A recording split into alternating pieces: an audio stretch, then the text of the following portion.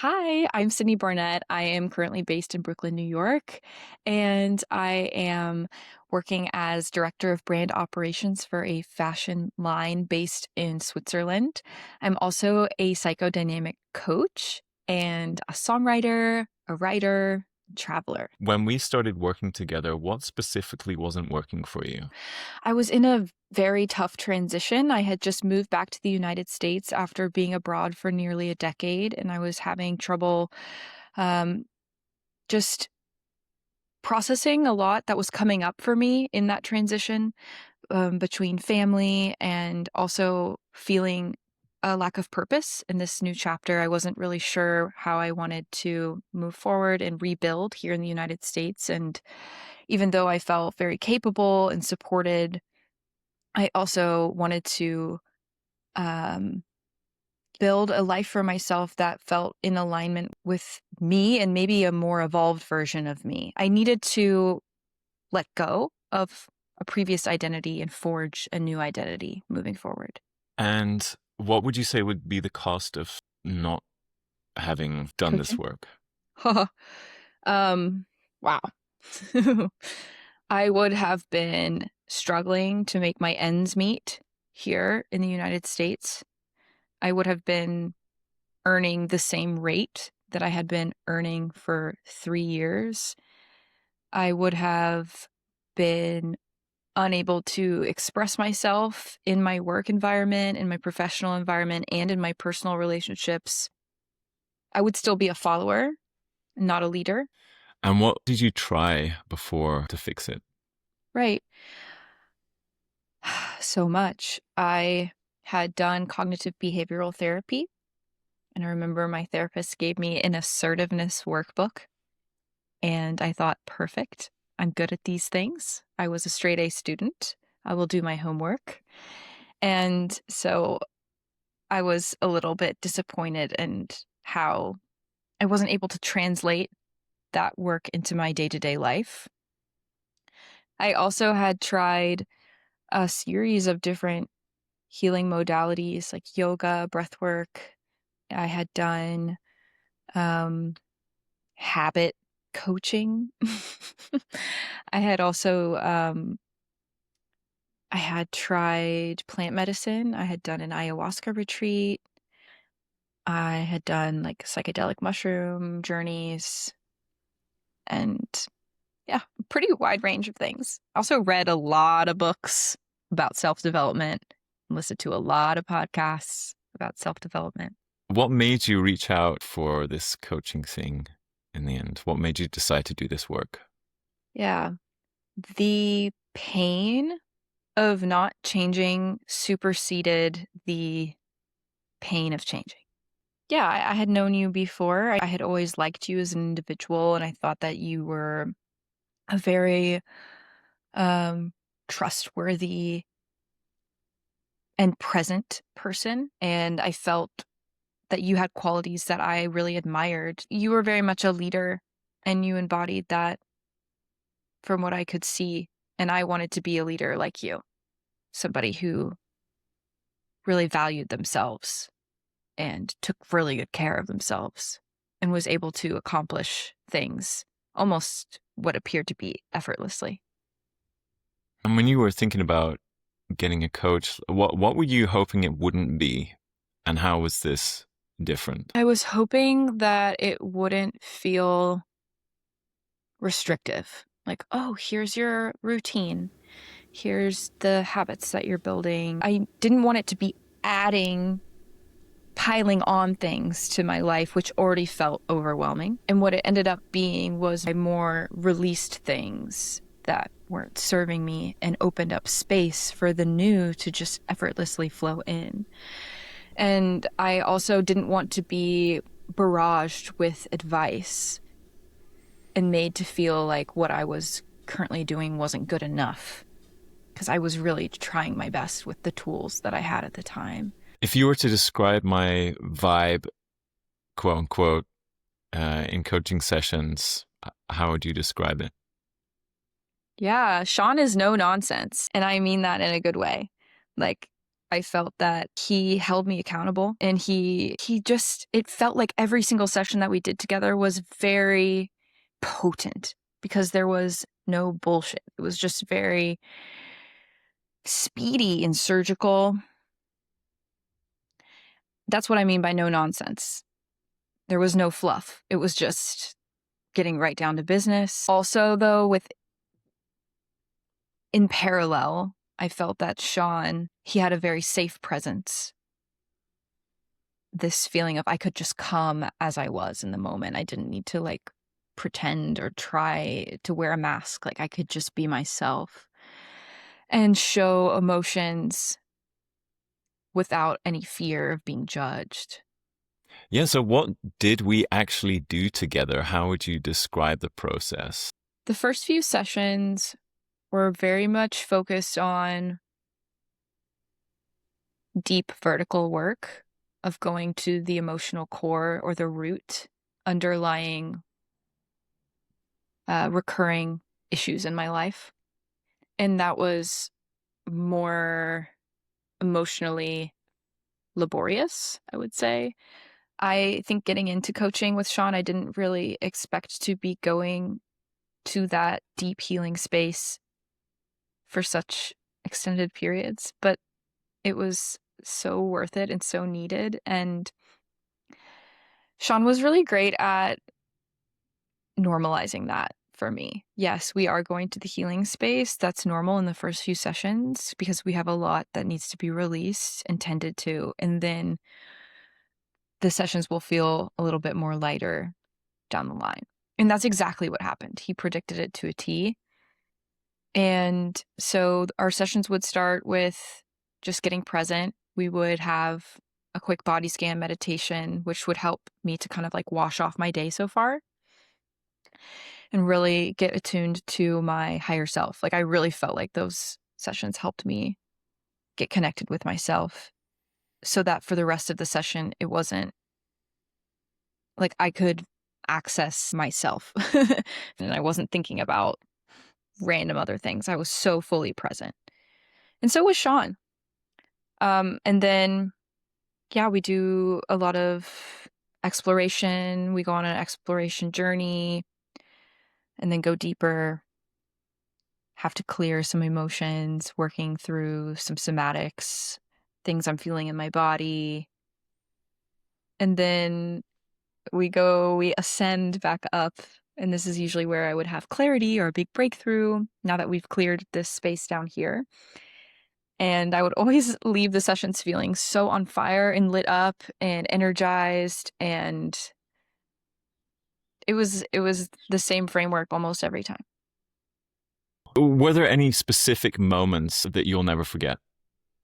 Yeah, definitely. I remember there was a session that I really let myself be angry. And Sean, in a way, like gave me permission to really see things in black and white instead of gray. I think I think that it was the first time I really accessed suppressed grief and anger that I had. And I was able to mourn and grieve parts of me that were so abandoned, that I had abandoned. And Sean gave me permission to put aside all my empathy and put aside all my compassion for 90 seconds and just be fully angry and mad. And that was such a gift. And coming out the other side of that, I felt like a different person, like totally lighter. And I think I just really needed someone to let me be really angry. What changed, practically speaking, in your life? Yeah, I really stopped shrinking myself in professional settings. I started to become a creative leader.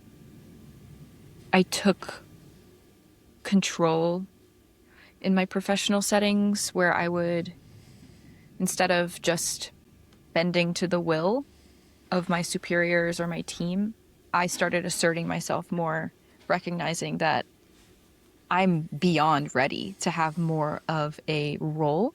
So that led me to asking for a 50% increase in my rate, which I was given. So tangibly, now I make more money and work less. And it was so long overdue. And I finally have not only more financial security, but I have more power in the workplace. I feel like I'm leading the team and I'm doing really great things for the people I work for now that I have stepped into this. What did other people notice about you? I think other people noticed how I was sharing my opinion more instead of just nodding along and agreeing.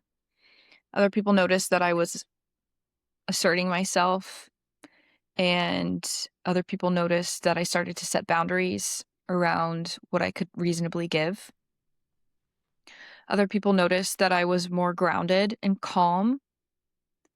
It's almost like I had this energy of like, oh, she's got nothing to lose. Like that's how I was now starting to have like tougher conversations with people. Instead of shrinking and being fearful, I was more present and calm and grounded. And could you speak to specifically what happened for you with the migraines?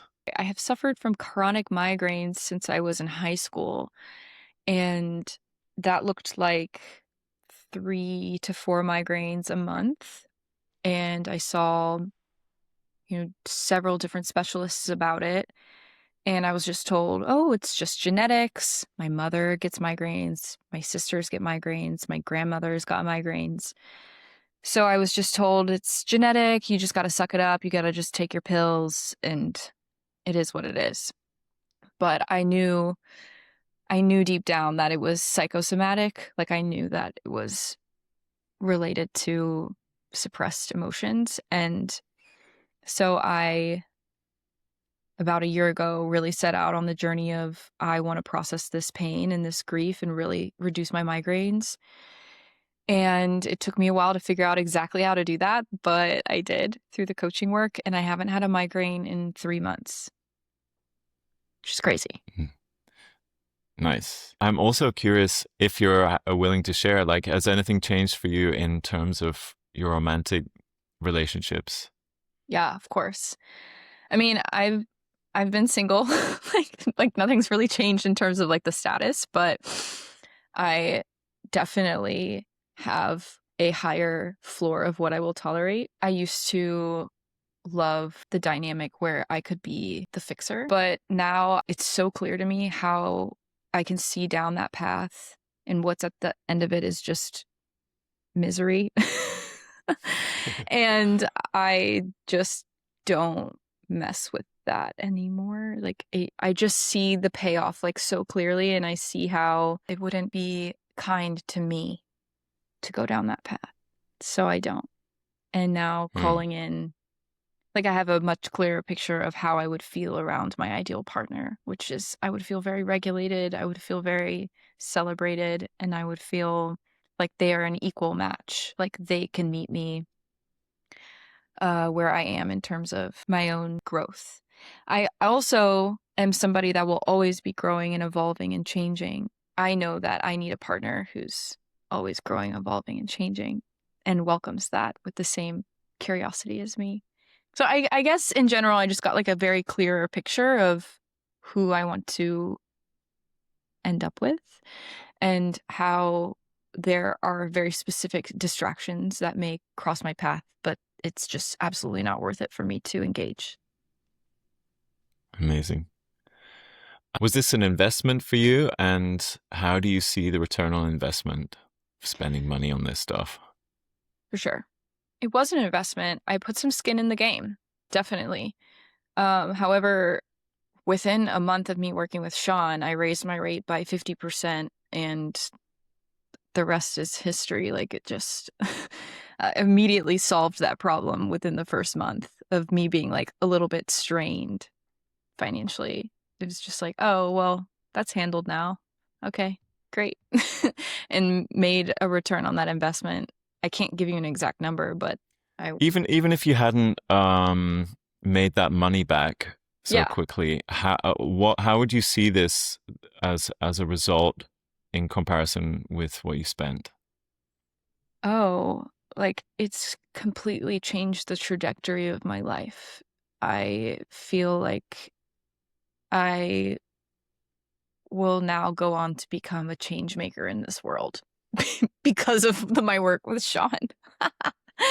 Like the opportunities will continue to just come to me because of the way that I shifted my identity, and I'm attracting just higher level opportunities at every corner. Who should not hire me? People should not hire you if they have no dreams, if they have no ambitions. Like people should not hire you if they are not ready to be challenged, because this work will challenge you. If you're very happy with the status quo, you like feeling stuck, you like feeling like your life is not amounting to what you know your potential is. If you like that, then don't work with Sean. And who would get the most out of it? People who would get the most out of working with Sean have spent much of their lives shrinking. Even though they are so capable, even though they have big dreams, heart-centered dreams, they want to do good for this world. But they potentially, like they're capable, but they can't bring themselves to it by themselves because of maybe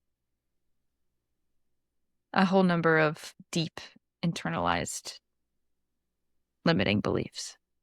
And if one of your good friends or someone you really cared about was considering working with me, who you think would be the right kind of person for this, what would you tell them? I would say, what are you waiting for? Hello, yes. Do you need help?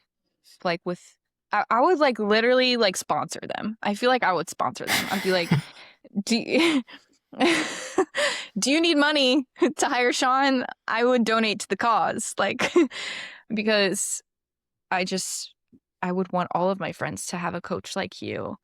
I would want all of my family members to have a coach like you. I would want everyone that I love to have a coach like you. Here's another answer. I would be like, are you sure you're ready? I think you're ready, but you need to have an openness and you need to have a willingness. And you have to also prepare for your life to change. And if they are willing, what would you say? And I would be like, congratulations, welcome to the gang. Like, welcome to the change gang. I would be like, you are so brave, and I am so glad we're friends because I want my friends to be living at their highest potential. And working with Sean has helped me to live to my highest potential. Amazing.